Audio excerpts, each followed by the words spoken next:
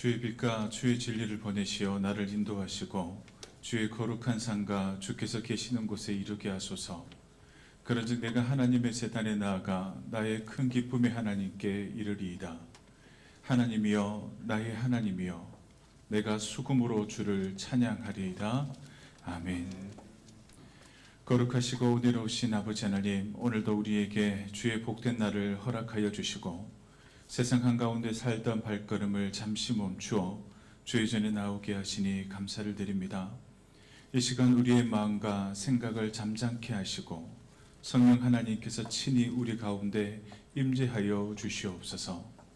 우리의 예배가 형식이 아니라 생명이 되게 하시고 입술의 찬양만이 아니라 삶의 고백이 되게 하여 주시옵소서. 주님, 이 예배 가운데 우리에게 말씀하여 주옵소서. 인간의 말이 아니라 하나님의 말씀이 들려지게 하시고 그 말씀이 우리를 살리고 우리를 깨우고 다시 걷게 하여 주옵소서. 주의 몸된 동로교회가 세상 속에서 빛과 소금의 사명을 감당하게 하시고 우리의 가정과 일터와 삶의 자리가 주님의 다스림이 드러나는 현장이 되게 하여 주시옵소서. 오늘 예배에 참여한 모든 성도님들의 형편을 아시는 주님께서 위로가 필요한 자에게는 위로를, 결단이 필요한 자에게는 믿음의 용기를, 지쳐있는 자들에게는 새 힘을 더하여 주시옵소서. 이 모든 말씀 예수님의 이름으로 기원하옵나이다. 아멘.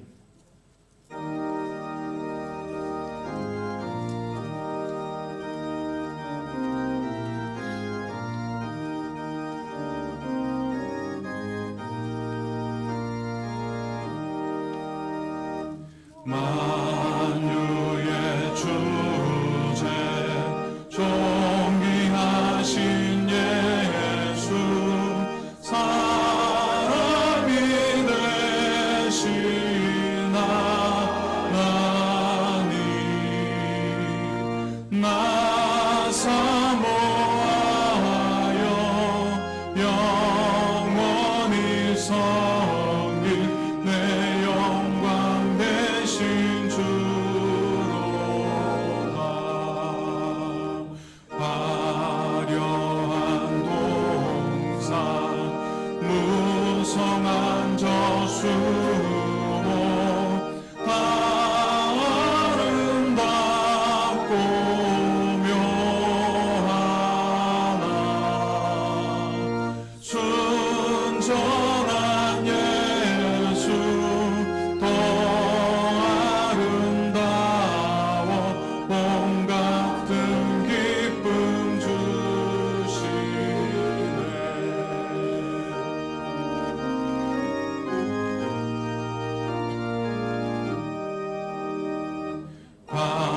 광명한 해와 명랑한 저 달빛 수많은 별들이 나라 주 예수 빛은 더 찬란하여 참 비교할 수 없도다.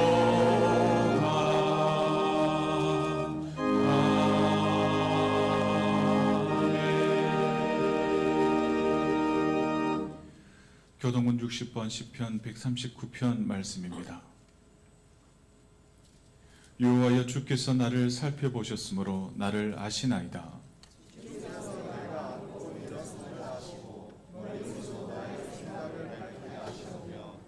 나의 모든 길과 내가 눕는 것을 살펴보셨으므로 나의 모든 행위를 익히 하시오니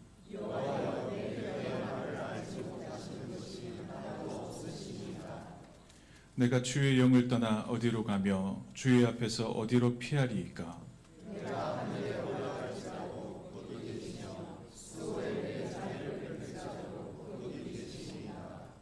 내가 새벽 날개를 치며 바다 끝에 가서 거주할지라도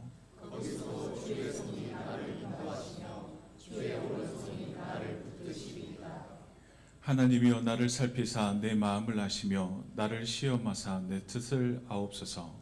내게 무슨 악한 일이가 있나 보시고 나를 영원한 길로 인도하소서. 아멘.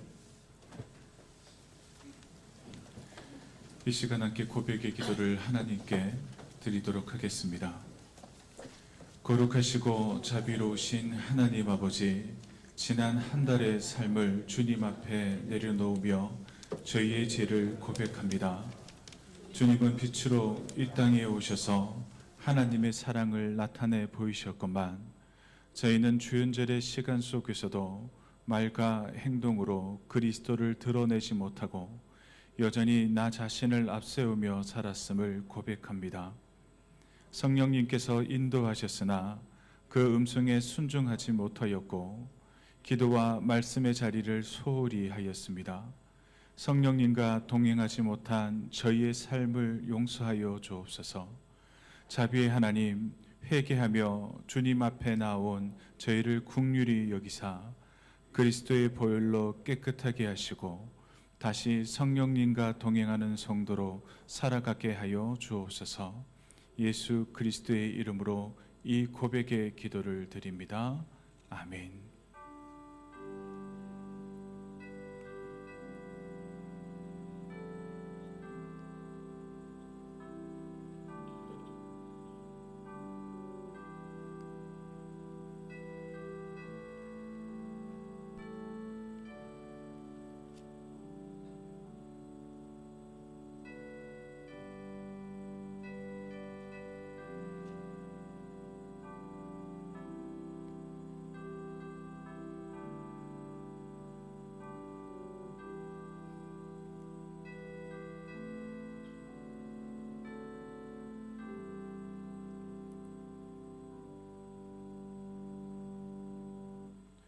만일 우리가 우리 죄를 자백하면 그는 미쁘시고 의로우사 우리 죄를 사하시며 우리를 모든 불의에서 깨끗하게 하실 것이요. 아멘. 전능하사 천지를 만드신 하나님 아버지를 내가 믿사오며 그 외아들 우리 주 예수 그리스도를 믿사오니 이는 성령으로 잉태하사 동정녀 마리아에게 나시고 본디오 빌라도에게 고난을 받으사 십자가에 못 박혀 죽으시고 장사한 지 사흘 만에 죽은 자 가운데서 다시 살아나시며 하늘에 오르사 전능하신 하나님 우편에 앉아 계시다가 저희로서 산 자와 죽은 자를 심판하러 오시리라. 성령을 믿사오며 거룩한 공예와 성도가 서로 교통하는 것과 죄를 사하여 주시는 것과 몸이 다시 사는 것과 영원히 사는 것을 믿사옵나이다. 아멘.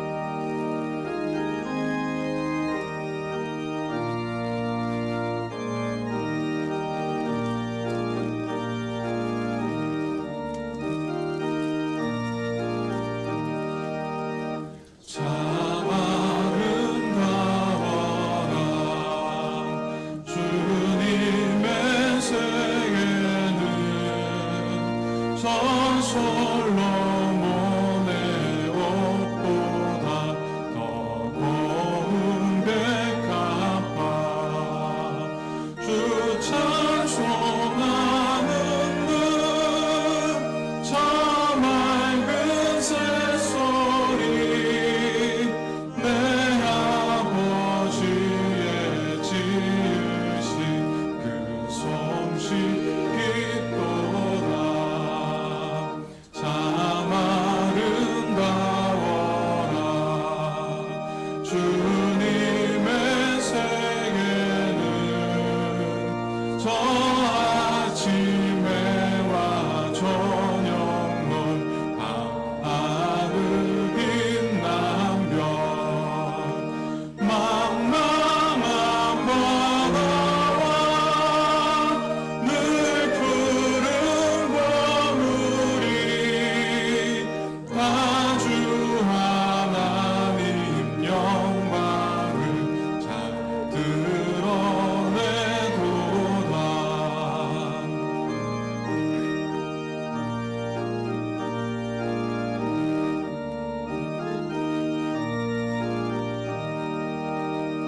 참 아름다워라. 주님의 세계는 저 산에 부는 바람과 잔잔한 시냇물, 그 소리 가운데 주 음성 들리니 주 하나님의 큰 뜻을 나 알 듯하도다.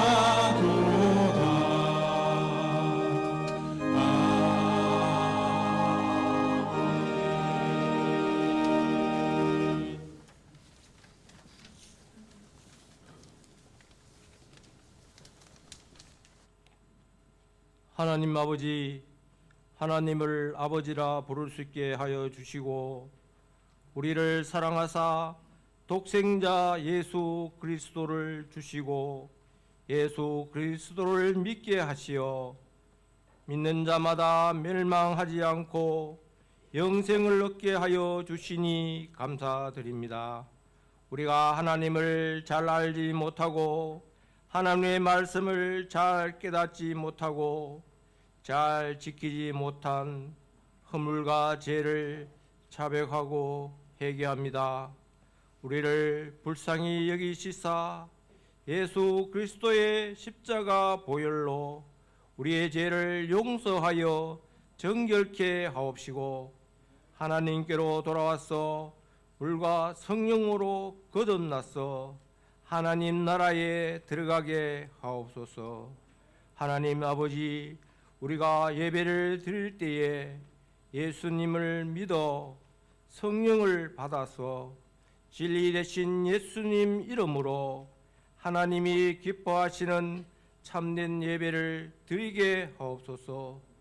목사님이 하나님께서 예수님의 이름으로 보내실 성령을 받아 하나님의 말씀을 마음으로 깨달아 성령님과 동행하는 삶을 우리에게 가르치고 우리도 보고 듣고 마음으로 깨달아 우리의 몸을 하나님이 기뻐하시는 거룩한 산 제물로 하나님께 드리고 우리와 교회가 성령님과 동행하는 삶을 살아 성령의 열매를 맺게 하옵소서. 호사나 찬양대가 지휘자와 반주자와 대원들을 보내주시기까지 도우시는 하나님 앞에 나아가 감사함으로 즐거이 하나님을 노래하니 기쁘게 받아 주옵소서. 새로 피택된 장로들이 갈렙이 하나님을 온전히 따라서 하나님이 갈렙을 인도하여 가나안 땅을 차지하게 하였듯이 하나님의 교회를 섬기며 충성을 다하는 피택 장로들을 인도하여 그와 그의 자손이 천국에 들어가게 하옵소서.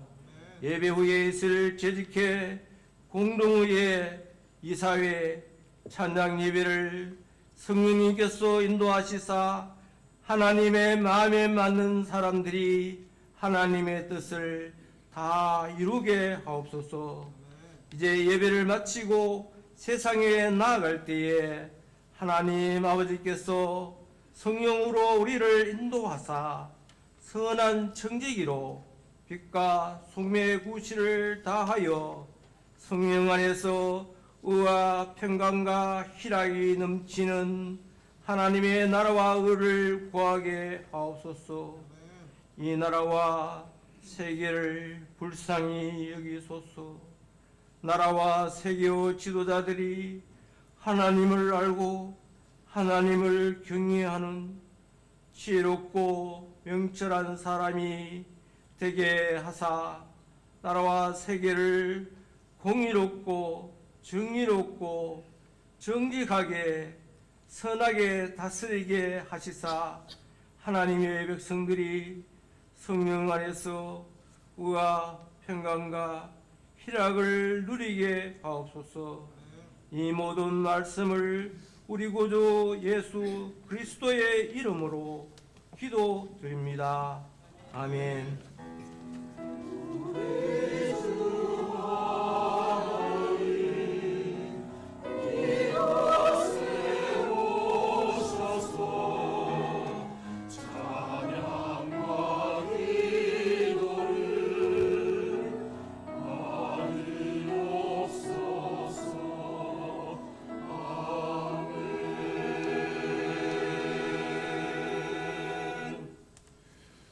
오늘 우리에게 주시는 하나님의 말씀은 요한복음 14장 26절 말씀입니다. 이 말씀 가운데 하나님의 은혜가 함께 하시길 바랍니다. 보혜사 곧 아버지께서 내 이름으로 보내실 성령, 그가 너희에게 모든 것을 가르치고 내가 너희에게 말한 모든 것을 생각나게 하리라. 아멘.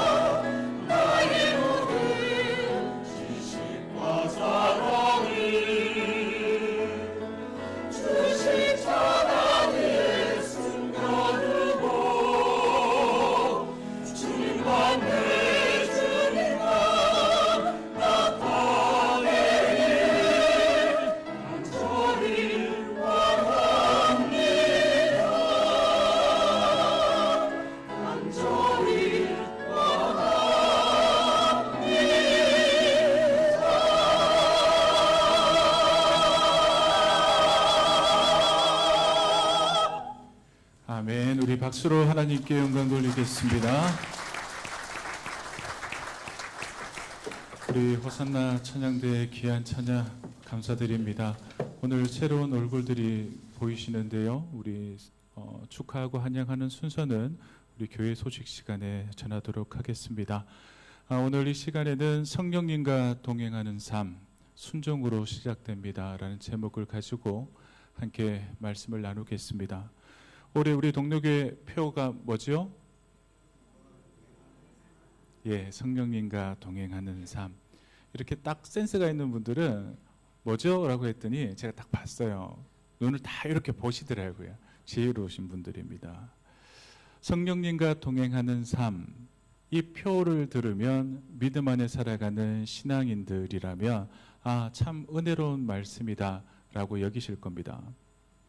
하지만 우리가 살아가는 실제 삶에서는 성령님과 동행하는 삶이라고 하는 것이 어떻게 본다면 매우 무거운 우리의 신앙 고백이 되어질 때가 솔직히 더 많은 것 같습니다. 예를 들면 우리가 이 땅을 살아가다 보면 참 존경하고 좋아하는 어른들을 만날 때가 있습니다. 그 자리를 대하게 될 때면 너무 귀한 자리다, 너무나 감사하다라는 마음이 들지만 또 한편으로는 마음의 어려움이 있습니다. 왜냐하면 편하지 않거든요. 어른이 계시면 그 어른이 바라시는 대로 뜻할 때가 더 많다라는 겁니다. 그런데 성령님과 동행한다라는 말은 어떤 말일까요? 내가 내 인생의 주도권을 내 마음대로 지고 내 인생이니까 내 마음대로 살겠어가 아니라 성령 하나님이 나와 함께 하시고 나와 동행하시니 내 삶이 주님의 것임을 고백하며 나의 모든 삶의 인도하심을 주님의 손에 맡긴다라는 의미가 되어진다라는 겁니다. 그래서 오늘 우리는 아주 정직한 질문 앞에 서야 합니다. 우리가 예수 그리스도를 구주로 믿으며 살아간다라고 하는 것은 성령님이 내 안에 내주하심을 고백하는 겁니다. 성령님이 내 안에 내주하신다라는 것은 교회 안에서 예배 드리는 것뿐만 아니라 이 땅을 살아가는 모든 삶의 자리 가운데 내가 하나님, 즉 성령님과 동행한다라는 뜻입니다. 그렇다면 예배의 자리뿐만 아니라 내가 살아가는 모든 삶의 자리 가운데 성령님이 나에게 말씀하신다면 나는 과연 그 말씀에 순종하고 있는가라는 질문 앞에 서 보시길 바랍니다. 이 질문을 각자의 마음에 품고 오늘의 말씀으로 한번 들어가 보겠습니다. 오늘의 본문은 성경적 배경은 작별성일교의 한복판이라 할 수 있습니다. 요한복음 13장부터 17장까지는 이른바 예수님의 고별 담화 또는 작별 설교라고 말을 합니다. 제자들은 곧 예수님을 잃게 됩니다. 십자가, 부활, 승천, 이 모든 큰 사건들을 눈앞에 두고 있습니다. 그렇다면 그 모든 사건들을 통과해야 하는 제자들의 마음, 그 심적인 상태는 어떠했을까요? 기대보다는 두려움, 희망보다는 염려가 극에 달한 상태였을 겁니다. 그리고 이러한 상황 속에 제자들이 가장 염려하고 두려워했던 것이 무엇일까요? 주님이 우리를 떠나신다면, 이제 주님을 내가 눈으로 볼 수 없고 의지할 수 없다면 우리는 어떻게 이 땅을 살아야 하는가였을 겁니다. 그러한 마음을 가진 제자들에게 예수님께서 하신 성령의 약속은 위로이자 그리고 책임의 선언이었습니다. 예수님은 불안한 제자들에게 괜찮다, 걱정하지 말아라, 염려하지 말아라, 이런 말들로 위로하지 않았습니다. 대신 이렇게 말씀하셨습니다. 오늘 본문 26절 말씀을 우리 한 목소리로 읽도록 하겠습니다. 시작. 보혜사 곧 아버지께서 내 이름으로 보내실 성령, 그가 너희에게 모든 것을 가르치고 내가 너희에게 말한 모든 것을 생각나게 하리라. 아멘. 즉 내가 너희들을 떠나지만 너희들을 혼자 두지 않겠다라는 말씀이었습니다. 성부 아버지께서 보혜사, 즉 성령을 너희에게 보내주실 것이다 라고 말씀하신 겁니다. 성령 강림의 약속은 두려움에 떨고 있고 염려로 마음이 힘들어하는 그들에게 단순한 정서적인 위로가 아니라 새로운 신앙의 방식을 선언하셨습니다. 이제 제자들은 예수님을 눈으로 보고 따라다니는 신앙이 아니라 성령님의 인도를 따라 살아야 하는 시대로 들어가게 되어진 것입니다. 요한복음 14장 26절 말씀을 조금 더 자세히 나눠 살펴보도록 하겠습니다. 제가 다시 26절 말씀을 읽어드립니다. 보혜사 곧 아버지께서 내 이름으로 보내실 성령, 그가 너희에게 모든 것을 가르치고 내가 너희에게 말한 모든 것을 생각나게 하리라. 아멘. 이 한 절 말씀 안에는 성령론의 핵심이 거의 다 들어있다라고 보시면 될 정도입니다. 먼저 보혜사가 무엇인지 살펴보도록 하겠습니다. 보혜사는 헬라어로 파라클레토스입니다. 이 단어는 우리에게 매우 중요한 단어입니다. 그래서 그 단어를 해석해 보면 파라, 즉 곁에라는 단어와 그 칼레오, 부르다라는 말이 합쳐진 단어입니다. 그래서 파라클레토스라는 말은 곁으로 불려온 자라는 뜻을 가지고 있습니다. 그런데 이 단어가 원래는 어떤 단어이냐면 법정 용어입니다. 변호인, 대언자, 보호자, 중재자라는 뜻을 가지고 있습니다. 그렇다면 파라클레토스라고 불리는 성령 하나님이 어떤 분이실까요? 우리로부터 멀리 떨어져 계셔서 명령하시는 분이 아니라 우리의 삶의 한복판에 임하셔서 우리 곁에 계시고 우리를 보호하시고 우리를 변호하시고 대언하시며 중재하시는 분이 파라클레토스, 즉 보혜사라는 것입니다. 즉 성령님과 동행한다라는 말은 이 파라클레토스의 의미와 정확히 맞닿아 있습니다. 성령 하나님, 즉 내가 믿고 고백하는 우리 보혜사 성령님은 우리 곁에 함께 계시고 우리를 보호하시고 변호해 주시는 분이다라는 겁니다. 그리고 이어서 보혜사 성령님은 모든 것을 가르치신다라는 것을 오늘 말씀을 통해 알게 되어집니다. 여기서 가르치다는 헬라어로 디닥세이라는 동사입니다. 그런데 이 단어가 가지고 있는 뜻은 단순히 지식을 전달한다라는 의미가 아닙니다. 성경에서 디다스코는 방향을 제시하다, 길을 분별하게 하다. 그래서 결국은 그렇게 살아가도록 교육한다라는 뜻을 가지고 있습니다. 즉 성령 하나님, 보혜사 성령님이 우리와 함께 하심을 통해 우리를 가르쳐 주시는 것은 단순히 지식을 전달하는 수준이 아니라 제자의 삶 전체를 빚어가는 하나님의 사람으로 만들어가는 가르침이라는 것입니다. 그리고 이어서 보혜사 성령님에 대해 예수님은 이렇게 말씀하셨습니다. 그가 너희에게 생각나게 하시리라. 여기서 생각나게 하시리라라는 말은 헬라어로 히포무네세이라고 합니다. 이 단어는 단순히 내가 성령 충만해지면 기억력이 좋아진다, 내가 잊어먹었던 것을 기억하게 하신다라는 뜻이 아니라 신앙적으로 더 깊은 의미가 있습니다. 이 단어는 두 부분으로 이루어져 있습니다. 히포는 아래에서라는 뜻이고 밈네이스코라는 말은 기억하다라는 뜻을 가지고 있습니다. 그러니까 히포무네세이는 내면 깊은 곳에 쌓여 있는 기억을 아래에서 끌어올리다라는 뜻이 되어지는 겁니다. 그렇다면 내가 예수 그리스도를 구주로 믿음으로 내 마음 안에 내주하시는 성령 하나님이 나와 함께 하심을 통해 나에게 생각나게 하신다라는 것은 무슨 의미일까요? 보혜사 성령 하나님은 우리에게 모든 것을 생각나게 하십니다. 이 말은 성경 구절을 우리가 다 외우지 못한다 할지라도, 그리고 우리가 주일 설교를 들음을 통해 우리가 교회 문 밖을 나가면 뭐였지 하고 깜빡 잊는다 할지라도 이미 우리의 마음과 우리의 삶 속에 심어두신 말씀을 필요한 바로 그 순간에 끌어올려 주시는 분이 바로 성령 하나님이라는 겁니다.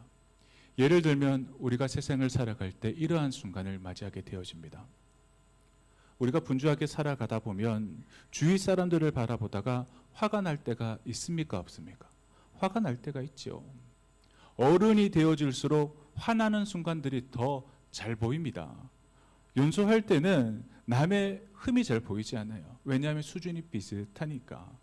그런데 우리의 수준이 어른이 되어지고 경험이 많아지고 능력이 많아지면 밑에 사람들의 연약함과 부족함이 보입니다. 그러다 보면 그것이 쌓이다 보면 화가 날 때가 있습니다.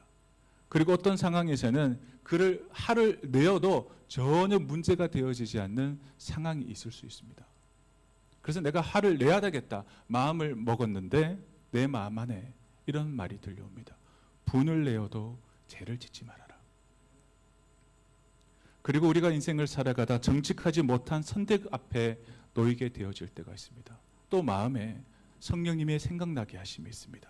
사람은 속일 수 있어도 하나님은 속이지 못한다.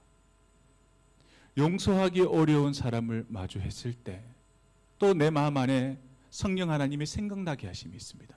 내가 너희를 용서한 것 같이 너희도 서로 용서하여라. 이것이 바로 성령님이 생각나게 하심입니다. 제 개인적인 경험을 말씀을 드린다면 20대 중반 제 계획이 깨어지고 가정이 IMF 여파로 큰 경제적인 어려움에 놓여지게 되었습니다. 저에게 부모님은 기둥 같은 분이었습니다. 지붕 같은 분이었습니다. 모든 어려움을 다 막아주고 흔들리지 않는 지붕과 기둥 같은 분이었습니다. 그런데 그 시간 속에 부모님이 힘들어하고 가정이 힘들어지는 모습들을 바라보며 저 역시 마음이 힘들어지고 절망케 되는 순간이 있었습니다. 하나님의 일을 하겠다 결단하고 나아가는 저를 왜 이렇게 힘들게 하십니까? 평생을 하나님을 위해 살아가시는 부모님을 정직하게 살아가는 이 장로와 권사를 왜 이렇게 힘들게 하십니까? 라고 하는 그 마음과 어려움 속에 절망하였습니다. 그런데 그 가운데 성령님이 생각나게 하시는 성경 구절이 있었습니다. 시편 37편 23절과 24절 말씀이었습니다. 제가 이 말씀을 좋아해서 평소에 암송하고 있던 말씀도 아니었습니다. 깊은 절망 가운데 눈물로 가슴을 치며 하나님 앞에 하소연하고 있을 때 이 말씀이 떠올랐습니다. 여호와께서 사람의 걸음을 정하시고 그의 길을 기뻐하시다니 그는 넘어지나 아주 엎드려지지 아니함은 여호와의 손이 그를 붙드심이로다. 깊은 절망 가운데 하나님 앞에 눈물로 외치고 있을 때 이 말씀이 마음 깊은 곳에서 생각났습니다. 그리고 이 말씀을 의지하여 믿음 안에 다시 일어설 수 있었던 고백이 저에게 있습니다. 성령님은 막연한 감정이나 충동으로 우리를 이끄시는 분이 아닙니다. 하나님의 말씀인 성경을 통해 우리를 부르시고 인도하신다는 겁니다. 여기서 분명한 예수님의 중요한 가르침이 하나 있습니다. 26절 하반절을 다시 한번 보십시오. 내가 너희에게 말한 모든 것을 생각나게 하리라 말씀하셨습니다. 성령님은 우리가 전혀 듣도 보도 못한 말씀을 갑자기 성령 충만하니까 내가 한 번도 들어본 적이 없어 라고 하는 말씀으로 계시처럼 주지 않는다라는 겁니다. 예를 들어 말씀을 외면한 채 살아온 사람이 있습니다. 예배도 드리지 않습니다. 설교도 듣지 않습니다. 하나님의 말씀인 성경도 읽지 않습니다. 그렇게 살아가던 사람이 갑자기 성령 충만해진다라고 하는 것이 하늘에서 하나님의 음성이 계시처럼 들려오는 역사로 임하지 않는다라는 겁니다. 성경적인 성령 충만함이 무엇일까요? 성령님의 사역은 언제나 이미 나에게 주어진 하나님의 말씀인 성경을 기반으로 해서 이루어진다는 겁니다. 그래서 성령 충만함은 느낌이 아닙니다. 흥분이 아닙니다. 기도 중에 눈물이 나면 내 성령 충만했나 봐. 아닙니다. 내 마음이 옛날과 다르게 뜨거워졌어. 이것이 성령 충만함의 기준이 되어지지 않는다라는 겁니다. 성령 충만은 반드시 하나님의 말씀을 듣고 있는가, 그리고 그 말씀이 순종으로 이어지는가로 검증이 되어지는 것입니다. 말씀이 없는 성령 충만 이 땅에 존재하지 않습니다. 순종이 없는 성령 체험 성경적이지 않습니다. 사랑하는 우리 동도교회 성도 여러분, 성령 하나님께서는 지금도 여전히 우리 안에서 일하고 역사하고 계십니다. 그런데 그 성령 하나님은 우리를 새로운 길로 데려가기보다 이미 우리에게 주신 말씀으로 다시 돌아오게 하시는 분이십니다. 그러므로 우리가 해야 할 일이 무엇일까요? 내가 하나님의 사람으로 살아가길 원한다. 성령님과 동행하기를 원한다. 내가 이 믿음을 지켜서 구원에 이르기를 원한다면 말씀 앞에 머무셔야 합니다. 말씀을 듣고 말씀을 읽고 묵상함을 통해 마음에 쌓아두셔야 합니다. 그렇게 해야 성령 하나님은 우리가 가장 흔들리는 순간에 그리고 가장 중요한 선택의 갈림길에서 필요한 말씀을 조용히 떠올려 주시며 우리에게 이렇게 말씀하실 겁니다. 네가 가고자 하는 이 길 아니다. 내가 너에게 이미 말하지 않았느냐라고 우리에게 말씀하십니다. 그 성령의 음성에 우리가 순종할 때에 우리는 비로소 성령님과 동행하는 삶을 살게 되어지는 것입니다. 우리 안에 믿음 안에 살아가는 나의 영적 상태를 한번 진단해 보시길 바랍니다. 내가 성경을 모르고 있는 것인지 아니면 내가 성령님을 거부하고 있는 것인지 영적인 진단이 우리에게 필요합니다. 많은 성도님들이 성령님의 역사하심과 음성을 모르겠다라고 이야기합니다. 저는 평생 신앙생활을 해도 목사님 성령님의 음성이 뭔지 모르겠어요 라고 말씀하시는 분을 보게 됩니다. 그러나 모든 오늘 본문 앞에 목회자로서 솔직히 말씀을 드린다면 대부분의 문제가 어디서 올까요?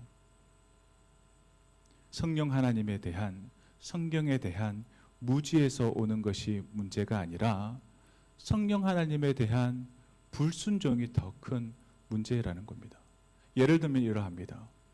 내가 하나님의 말씀을 듣고 설교로 듣고 하나님의 말씀을 읽음을 통해 내 안에 심겨진 그 말씀이 내 삶을 인도하실 때가 있습니다. 성령님으로 인해 용서하라는 마음이 생겨났습니다. 그런데 우리는 애써 외면하며 살아갑니다. 이제 멈춰라고 경고하는 느낌을 받았음에도 그냥 밀어붙입니다. 내려놓으라는 감동을 받았음에도 계속 그 상황 앞에 계산을 합니다.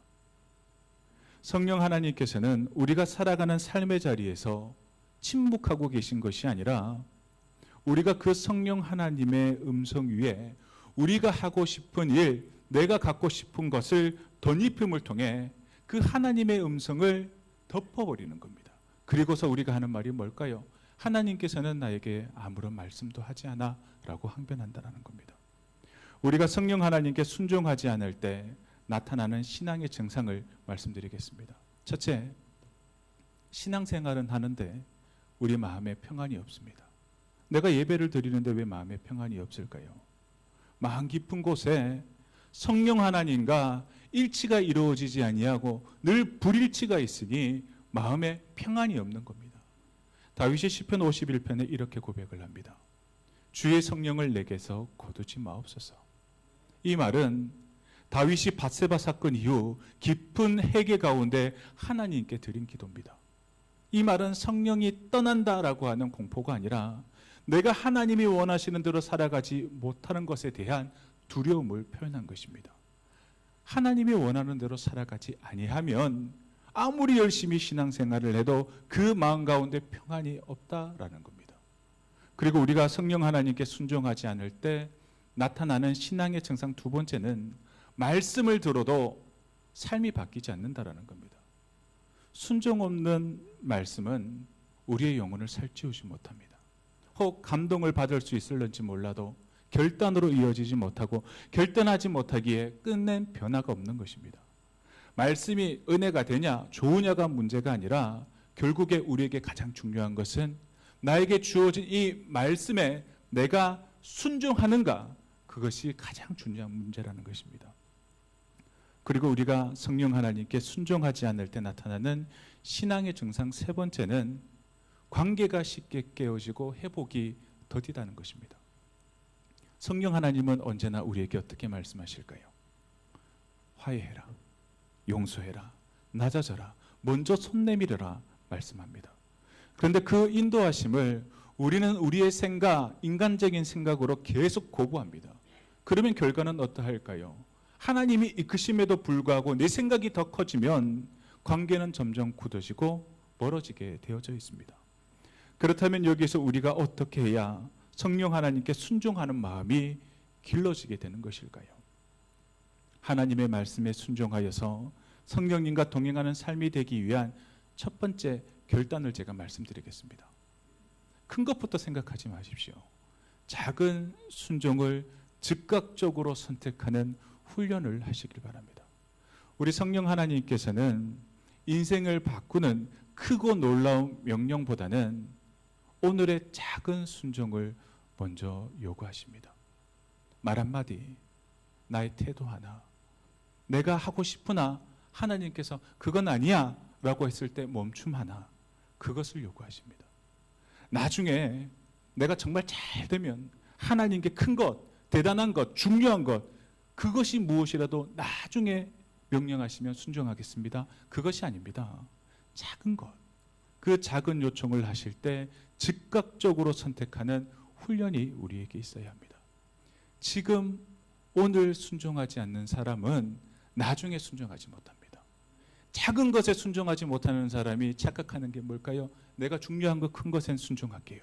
그것도 잘못되었다는 겁니다. 그리고 하나님의 말씀에 순종하여서 성령님과 동행하는 삶이 되기 위한 두 번째 결단은 손해같이 보여도 옳은 선택을 하시길 바랍니다. 성령님의 인도하심은 십자가의 방향과 닮아 있습니다. 십자가의 방향과 닮아 있다면 그 모습이 어떠할까요? 내려놓고 희생하고 양보하고 기다립니다. 성숙한 믿음의 사람들만 아멘할 수 있는 덕목들입니다. 초등학생들에게 양보해, 희생해, 좀 더 기다려라고 이야기하면 뭐라 이야기할까요? 왜 그렇게 살아야 되는데요? 왜 내가 손해봐야 하는데요? 라고 이야기합니다. 그러나 십자가의 길이 바로 성령의 인도하심의 방향입니다. 그렇다면 십자가의 길과 성령의 인도하심의 끝에는 무엇이 있을까요? 내가 손해보는 것 같으나 그것이 옳다면 선택하고 걸어 나아갈 때에 그 끝에는 하나님의 열매가 주어지는 것입니다. 그리고 하나님의 말씀에 순종하여 성령님과 동행하는 삶이 되기 위한 세 번째는 말씀 앞에서 변명하지 마시길 바랍니다. 순종을 가로막는 가장 큰 장애물은 상황 논리입니다. 상황 논리라는 것은 말씀보다 상황을 먼저 계산하는 사고방식입니다. 다시 말씀을 드리면 목사님 말씀 다 맞지요. 성경 말씀 읽으면 아멘이 됩니다. 그러나 지금은 예외입니다. 지금 상황을 보십시오 라고 스스로를 설득하는 논리를 말합니다. 그래서 오늘 우리가 던져야 할 질문은 바로 이겁니다. 내가 믿음으로 살아간다면, 내가 성령님과 동행하는 삶을 살아간다면 지금 나는 하나님의 말씀을 따라 순종하며 살아가는가? 아니면 상황을 설명하며 스스로 설득하고 있는가를 살펴보셔야 합니다. 성령님은 상황을 무시하라 말씀하지 않습니다. 그러나 우리에게 분명히 말씀하시는 것은 너희들이 중요하게 여기는 그 상황 위에 말씀이 있어야 한다라고 분명히 말씀하십니다. 순종은 내 상황, 조건이 좋아져서 하는 것이 아니라 말씀을 듣고 그 말씀이 나에게 감동을 주시고 결단케 하시면 그때부터 시작하는 것이 순종입니다.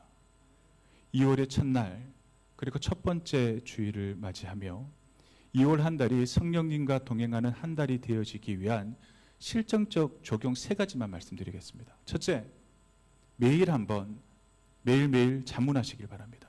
지금 이 순간 성령님이 내게 무엇을 말씀하고 계시는가?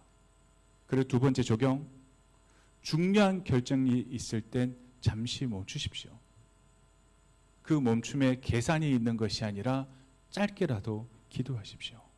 그리고 세 번째, 주일날 들은 말씀을 한 가지라도 일주일 동안 실천하십시오. 많이 실천하려고 하는 것이 아니라 작은 것 하나라도, 내가 성령님과 동행하는 것의 그 시작이 순종이라고 했는데 내가 무엇을 순종할 수 있을까? 중요한 것을 결정할 날이 왔습니다. 아니, 중요하지 않은 일이라 할지라도 무엇인가를 선택하고 결정하는 순간이 왔다면 내가 잠시 멈추자. 하나님, 내가 어떻게 해야 합니까? 라고 기도하는 그런 실천적 적용을 가져가며 성령님과 동행하시는 일주일이 되시길 주의 이름으로 축원합니다. 이제 말씀을 맺겠습니다. 성령님과 동행하는 삶은 특별한 체험이 아니라 반복되는 순종의 선택입니다.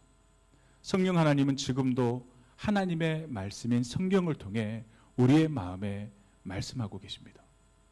우리가 그 성령님의 음성에 순종함을 통해 2026년 동료교회 폐호와 같이 성령님과 동행하는 삶이 되어지시기를 주의 이름으로 간절히 축원합니다. 기도하겠습니다. 거룩하신 아버지 하나님, 오늘 우리에게 말씀으로 찾아와 주시니 참으로 감사합니다. 주님, 우리는 성령을 믿는다 고백하면서도 정작 성령 하나님께서 말씀하실 때 순종하지 못했던 우리의 연약한 모습을 주님 앞에 정직하게 내려놓습니다. 보혜사 성령님이 우리 곁에 계셔서 가르치시고 주님의 말씀을 생각나게 하신다 하셨는데 우리는 너무 자주 그 음성을 외면하며 내 생각과 계산을 따라 살았음을 고백합니다. 주님, 이 모든 것들을 용서하여 주시옵소서.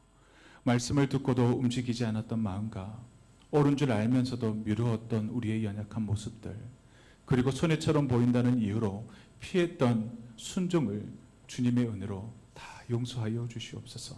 성령 아버지 하나님, 이제 우리의 마음을 새롭게 하여 주시옵소서.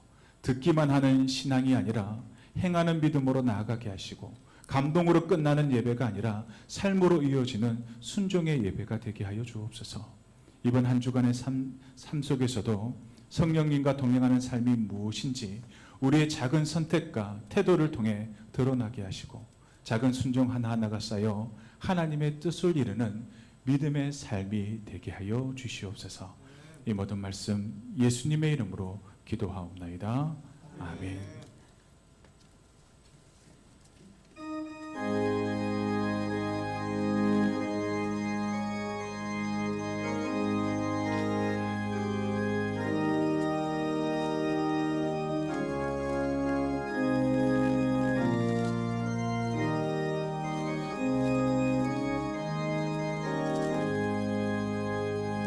너희 마음에 슬픔이 가득할 때 주가 위로해 주시리라.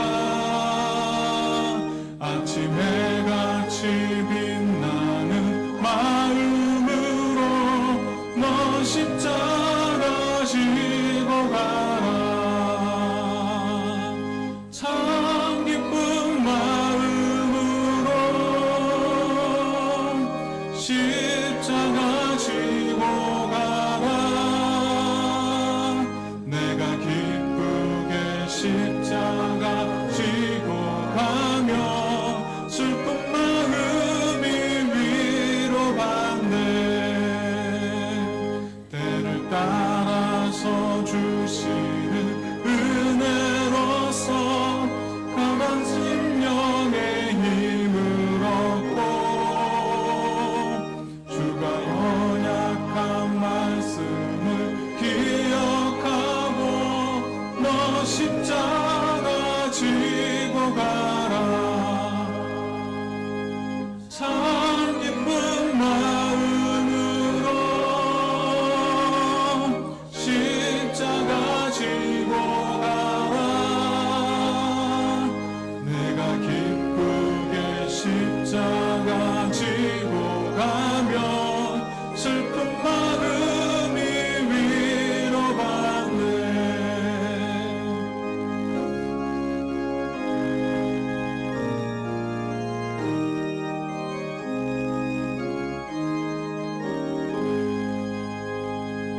내가 맡은 일 성실히 해낼 때에 주님 앞에서 상 받으리. 주가 베푸신 은혜를 감사하며 너 십자가 지고 가라. 참 기쁜 마음으로 십자가 지고 가라. 내가 기쁘게 십자가 지고 가며 슬픈 마음이 위로받네.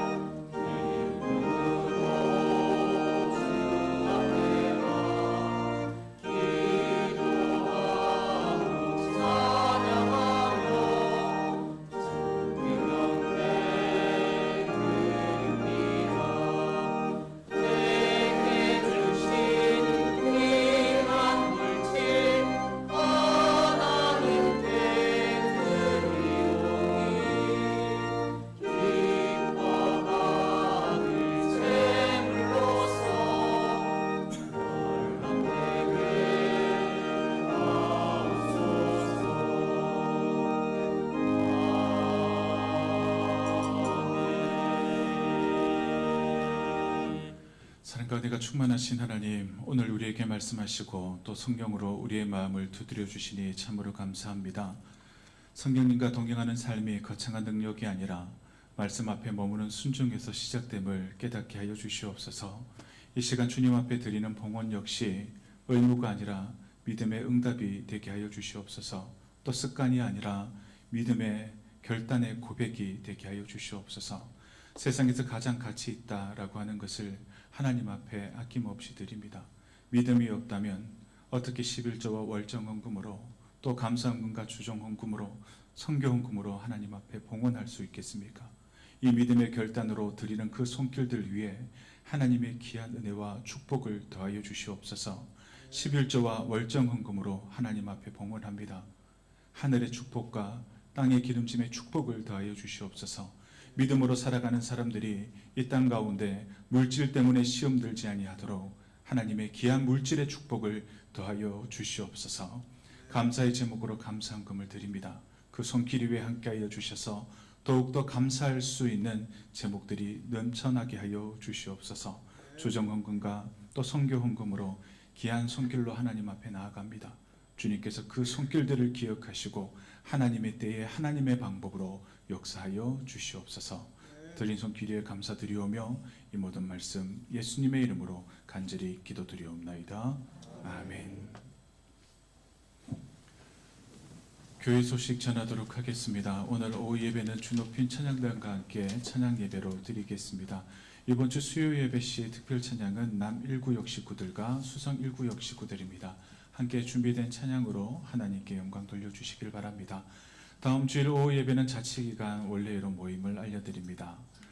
정기재직회와 공동의회가 오늘 2부 예배 후 본당에서 예결산 심의회권으로 모이도록 하겠습니다. 재단법인 대한예수교 장로회 동로교회 이사회를 개최합니다. 공동의회 후 낮 12시 30분에 1층 당회실에서 모이겠습니다. 2025년 회계연도 동로교회 일반회계 및 특별회계 결산 보고와 2026년 회계연도 동료교회 세입 세출 예산안 심의 그리고 기타 한 건으로 모이도록 하겠습니다. 그리고 피택 대신 우리 피택 장로님들의 피택자 교육이 다음 주일 2부 예배 후 당회실에서 있음을 알려드립니다.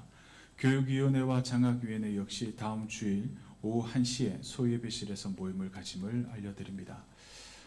오늘 귀한 찬양으로 하나님께 영광 돌린 우리 호산나 찬양대의 지휘자로 우리 전효숙 권사님께서 부임하셨습니다. 우리 전효숙 권사님 앞으로 나와 주시겠어요? 원래 우리 본교회 출석하시다가 또 남산교회 찬양대 지휘자로 사역하시기 위해 잠시 떠나셨습니다. 한번 올라오십시오. 예, 중간에 한번 올라오셔요. 이제 남산교회에서 찬양대 지휘자의 모든 사역을 마치고 돌아오셨습니다. 너무 잘 아시는 분이니까 제가 상세한 내용까지 말씀을 안 드려도 다 아실 것 같습니다. 우리 실력과 영성을 겸비하신 우리 전윤숙 지휘자님, 귀한 찬양대를 이끌어 가시고 또 찬양하는 가운데 하나님의 은혜가 함께 하시기를 축복하는 마음으로 우리 박수로 한번 격려하시겠습니다. 오래 가주십시오. 이어서 우리 호산나 찬양대 반주자로 류연주 성도님께서 부임하셨습니다. 잠시 앞으로 좀 나와 주시겠어요? 번거로우시더라도. 날이면 날마다 오는 시간이 아닙니다. 이제 딱 첫 부임하시는 첫날만 이렇게 하니까 한번 얼굴을 같이 보면 좋을 것 같아서 또 앞으로 모십니다. 우리 류연주 성도님은 이제 서울대학교 음악대학을 졸업하시고 또 프랑스에서 유학을 하셨습니다. 실력적으로도 훌륭하시고요. 또 신앙적으로도 훌륭하신 분입니다. 현재까지도 여러 음악제와 또 음악 활동 중에 계십니다. 우리 귀한 사역과 섬김 위에 하나님의 축복이 함께 하길 원하는 마음으로 우리 박수로 환영하며 축복하겠습니다. 감사합니다. 오늘은 축하하고 박수 칠 일이 많은데요. 우리 호산나 찬양대 대원으로 우리 김우영 집사님 한번 자리에서 일어나 주시겠습니까? 그리고 우리 전효수 권사님의 부군 되시는 또 김중순 집사님, 원래 우리 교인이신 거 다 아시죠? 그리고 우리 배정희 권사님 한번 일어나 주셔요. 우리 호산나 찬양대원으로 임명합니다. 우리 귀한 사역 위에 하나님의 축복이 임되달라고 박수로 축복하겠습니다. 감사합니다. 이제 정기 재직회가 있어서 마음이 바쁘신 것 아는데요. 그래도 해야 할 건 해야 되겠습니다. 우리 박소영 목사님, 우리 부군 되시는 분과 잠시 앞으로 나와 주세요. 왜냐하면 이제 1월 24일 날 결혼을 하셨는데요. 그 전주에 우리 교회 인사차 오셨었거든요. 그런데 우리가 그때도 교회 장로 피택 선출이 있어서 서로 인사를 제대로 못했어요. 그런데 이제 결혼을 하시고 이제 오셨습니다. 우리 박소영 목사님, 우리 스쿨메이커 주니어 윌리엄 제이도 함께 앞으로 나와 주세요. 왜냐하면 오늘도 재직회가 있어서 서로 인사 못하고 아마 이렇게 그냥 헤어져야 될 것 같아요. 제가 그게 너무 섭섭해서 우리 앞에 나와서 이제 인사할 때 우리가 사랑하고 축복하는 마음으로 한번 박수할 텐데요. 신랑 신부 입장하는 것도 아닌데 그때 더 빠르게 입장하시더니 오늘 왜 이렇게 느리세요? 올라오세요. 예. 그때 신랑 신부 입장할 때 되게 멋있게 위풍당당하셨거든요. 그런데 오늘 조심스러우시네. 올라오십시오. 예, 우리 박소영 목사님, 또 우리 부군 되시는 스쿨메이커 주니어 윌리엄 제이, 행복한 믿음의 가정 되시기를 소원하는 마음으로 박수를 한번 축복하시겠습니다. 감사합니다. 고맙습니다. 이제 들어가 주시길 바랍니다. 이제 들어가십니다. 앞에 앉으시세요. 계속 서 있으시려고 이제 들어가시죠. 들어가세요. 이렇게 축복할 일들 가운데 또 참 마음 아픈 장례 소식을 전하게 됩니다. 우리 김현희 권사님의 부군 되시고 김정아 권사님과 또 김윤영 권사님의 부친 되시는 고 김영환 장로님께서 지난 금요일 하나님의 부르심을 받으셨습니다. 어제 동로교회에서 입간 예배를 다 드리고 왔습니다. 하지만 오늘 위로 예배를 드리고자 합니다. 빈소가 성서계명대학교 동상병원 백합원 1호실에 계십니다. 위로 예배는 오늘 오후 예배를 마치고 2시 40분 교회에서 출발해서 오후 3시 30분에 빈소에서 예배를 드리도록 하겠습니다. 참고로 발인 예배는 내일 오전 7시입니다. 교회에서는 내일 오전 6시 10분에 출발하도록 하겠습니다. 우리 슬픈 당한 유가족들과 또 남아있는 장례를 위해 기도해 주시길 바랍니다. 우리 앞뒤 좌우에 계신 분들과 서로 반갑게 인사하며 축복하겠습니다. 감사합니다. 오늘도 복된 하루 되시길 바랍니다.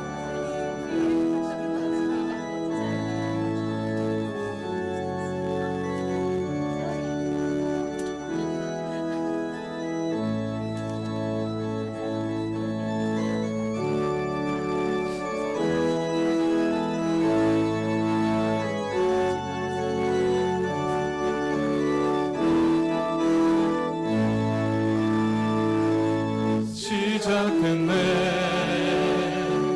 우리 주님의 능력이 나의 삶을 다스리고 새롭게 하네. 자유 안에 죄와 사망으로부터 나의 삶은 변하고나 충만하네.